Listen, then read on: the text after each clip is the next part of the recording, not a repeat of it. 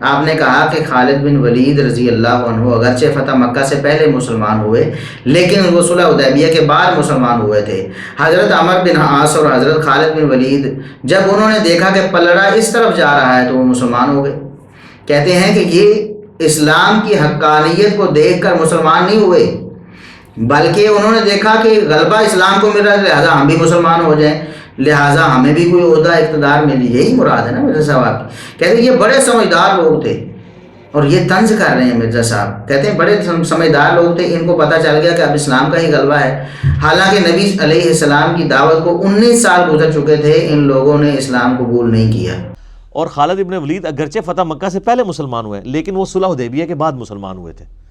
صلح حدیبیہ کے بعد تو مسلمانوں کا گراف اوپر ہی جا رہا تھا۔ تو حضرت عمر بن عاص، خالد بن ولید، ان لوگوں نے پھر دیکھا کہ جب پلڑا اس طرف جا رہے، بڑے سمجھدار لوگ تھے، ان کو پتہ چل گیا کہ اب اسلام کے غلبہ ہے۔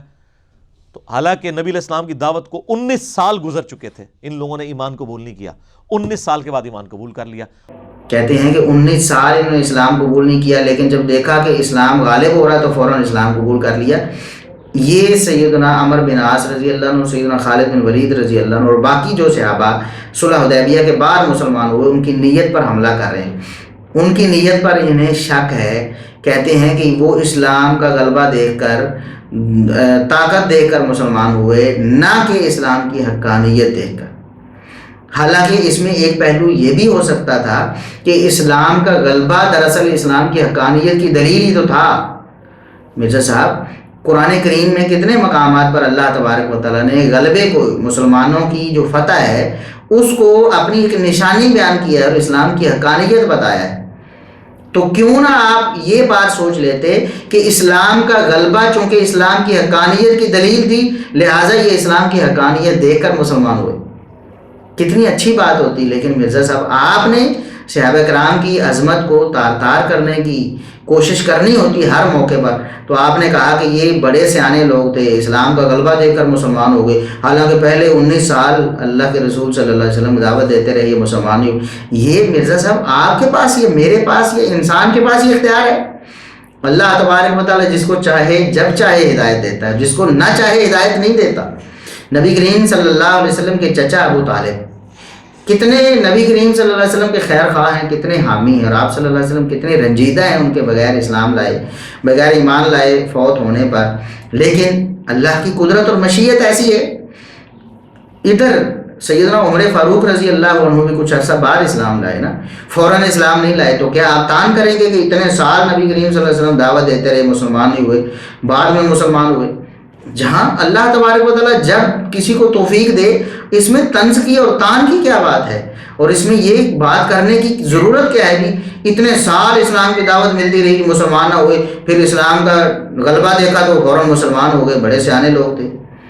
تو یہ مرزا صاحب آپ کی ایک بہت خفیہ سازش ہے صحابہ کرام کو بدنام کرنے کے لیے۔ تو خالد بن ولید رضی اللہ عنہ کے بارے میں پھر آپ نے ایک بات کہی، کہتے ہیں کہ ہم آج انہیں رضی اللہ عنہ کہتے ہیں، ان سے محبت کرتے ہیں، اور بعد میں اللہ نے ان سے اتنی بڑی خدمات لیں۔ اور یہ عمر بن عاص اور خالد بن ولید رضی اللہ عنہ دونوں کے بارے میں آپ کہہ رہے ہیں، عمر بن عاص رضی اللہ عنہ کے بارے میں بھی اور خالد بن ولید رضی اللہ عنہ کے بارے میں بھی، کہ بعد میں اللہ نے ان سے اتنی بڑی خدمات لیں۔ خالد بن ولید رضی اللہ عنہ کو رومن اور پرشین امپائر کے اوپر مسلط کر دیا، اور یہ بات آپ نے کہی جبکہ آپ کے جو استاذ ہیں، روحانی استاذ، اب میں وہ لفظ نہیں بولتا جو عموماً آپ بولا کرتے ہیں، اور یہی تصوف وہ یعنی پرانے صوفیاء کے اندر محی الدین ابن عربی نے یعنی سب سے پہلے اس کو زیادہ پروموٹ کیا، اور اس کے بعد ہمارے یہاں پہ ان کی جو جائز اولادیں ہیں بریلوی اور دیوبندی علماء، اور ان کے جو مشترکہ دادا ابو ہیں امداد اللہ مہاجر مکی، سب سے زیادہ فتنہ اس نے سب کانٹیننٹ کے اندر وحدت الوجود کے حوالے سے کھڑا کیا۔ تو میں یہ نہیں کہتا کہ آپ اسحاق جالوی صاحب کی جائز اولاد ہیں، مجھے یہ کہنے کی ضرورت ہی نہیں، میں صرف آپ کو اپنا ظرف، آپ کا ظرف بھی دکھا رہا ہوں اور اپنا ظرف بھی۔ میں مرزا صاحب، آپ کیا سمجھتے ہیں کہ آپ جگتیں مار سکتے ہیں؟ کیا ہماری زبان نہیں چلتی، ہمیں جگتیں سمجھ نہیں آتی، یا ہم جگتیں بول نہیں سکتے؟ کیوں نہیں مرزا صاحب، ہم بھی سارا کچھ کر سکتے ہیں، لیکن ہمارا ظرف یہ ہے، ہمارے بزرگوں نے ہمیں یہ سکھایا ہے کہ آپ تحمل کے ساتھ، آپ حکمت کے ساتھ، آپ نرمی کے ساتھ دعوت دیں۔ اور ہم اللہ کے فضل و کرم سے یہ کر رہے ہیں. اگر ہماری زبان سے کوئی لفظ ایسا نکلا ہے جس سے کوئی ہرٹ ہوا ہے، جس سے کسی کو کوئی تلخی محسوس ہوئی ہے، ہم اس پر معذرت کرنے کے لیے تیار ہیں، ہم کوشش یہ کرتے ہیں. تو اسحاق جھالوی صاحب آپ کے جو استاذ تھے، انہوں نے سیدنا خالد بن ولید رضی اللہ عنہ کو بھی معاف نہیں کیا. انہوں نے کس کو چھوڑا ہے؟ ہم وقتاً فوقتاً ان کے کلپ پیش کرتے رہتے ہیں. خالد بن ولید رضی اللہ عنہ کے بارے میں انہوں نے کہا یہ تو لٹیرے تھے، نعوذ باللہ، یہ تو قاتل تھے، دیکھو جی فلاں بستی ادھر قتل کر دی، فلاں، ان کے ذہن سے چتراہٹ نہیں گئی. انا للہ و انا الیہ راجعون. آپ اپنی سکرین پر جھالوی صاحب کا انداز سنیں. مگر کام میں نہیں چنگے کی. خالد نے بھیجا، انہیں بنو جزیمہ کا قبیلہ ہی مار دیتا. حضور نے ہاتھ اٹھا کے آخیا جا اللہ جو کچھ نے کیتا میں اس تو بیدار. وہ پرانے انہوں کے دماغوں میں جاندی جنی سی چودھر جڑی. خالد نے پورا مسلمان کا قبیلہ مار دیتا. جی تو حضرت عبداللہ بن عمر ابو قتادہ ناراض ہو کے آ گیا بھی سارے سامنے اذاناں دتیاں، نمازاں پڑھیاں، انہیں بے گناہ مار دیتا. حضرت علی نے بھیجا، پھر حضور نے حضرت علی نو حضور نے پھر بھیجا بھی جا کے انہوں نے سارے پیسے دے. وہ جن نے مارے گئے سے انہوں نے بیچاروں دی خون بہا دیتے، معاوضہ دیتا. نال آپ نے دعا کی بخاری سے کہ اللہ میں اس تو الگ جو نے کی. بعد حضرت بکر کا زمانہ آیا، پھر ایک قبیلہ مکاتا. پھر حضرت عمر آخیا میں انہوں نہیں چھڑنا. وہ حضرت بکر کے ٹال ٹوٹ گئے. حضرت عمر نے بہنیاں پہلا پروانہ جاری کیا کہ انہوں ایک دن میں رکھا تو میں خدا دی عدالت مجرم ہوں. یہ مسلمانوں کی کمانڈ کرنے کے قابل ہے. جتھے جانا مسلمان چک کے آؤ مارے. اے ہوں بڑا دس دے جی فلانا حکم من لیا. کون آدھا حکم منیا؟ کیوں جھوٹ بول دے؟ ایک کھڑا ہو گیا، انہیں آخیا عمر نے میرے نال بڑی زیادتی کی ہے، میں ملک فتح کیتے، ہوں دمشق بھی فتح کر رہا سی، میں نے موقع دیتا.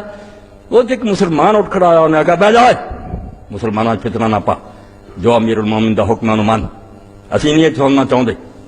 تو کون ہے عمر دے فیصلے کے خلاف بولنے والا؟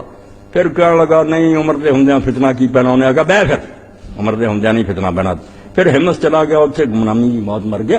یہ گلاں لوگوں نے لکائیاں جعلی بنا کے نا، کیونکہ حکومت انہوں کے ہاتھ آ گئی، اپنیاں بنا رہا کرا کے. کیا صحابی رسول سیدنا خالد بن ولید رضی اللہ عنہ جو سیف من سیوف اللہ ہے، جن کو اللہ کے رسول صلی اللہ علیہ وسلم نے اللہ کی تلوار کہا، ان کے بارے میں یہ الفاظ جھالوی صاحب کو کیا زیب دیتے ہیں؟ تو مرزا صاحب نے یہاں کہا کہ ان کی بڑی خدمات ہیں اور ہم ان سے محبت کرتے ہیں. تو کیا عمر بن عاص رضی اللہ عنہ سے بھی محبت کرتے ہیں مرزا صاحب آپ؟ عمر بن عاص رضی اللہ عنہ، ان کے بارے میں اسحاق جھالوی صاحب کے الفاظ آپ ذرا ملاحظہ فرمائیں. انہوں نے کہا کہ یہ تو نعوذ باللہ دھوکہ باز تھے، استغفر اللہ، کس طرح کی باتیں، لٹیرے تھے، زکوٰۃ لوٹ کے کھائی انہوں نے، مل جل کر کرپشن کی، نعوذ باللہ. گروہ بن گیا ہے، انہوں مصر دیتا. امیر معاویہ نے آخیا میرے نہ رل جائے، نے آخیا کل نہ رلاں، علی پہلاں دا مسلمان ایڈیاں انہیں کر تو کی ہیں، چار دیتا. انہیں آخیا نہیں یارو میرا بھی مخالف تیرا. میں نے آخیا پھر گل کر سودا کر.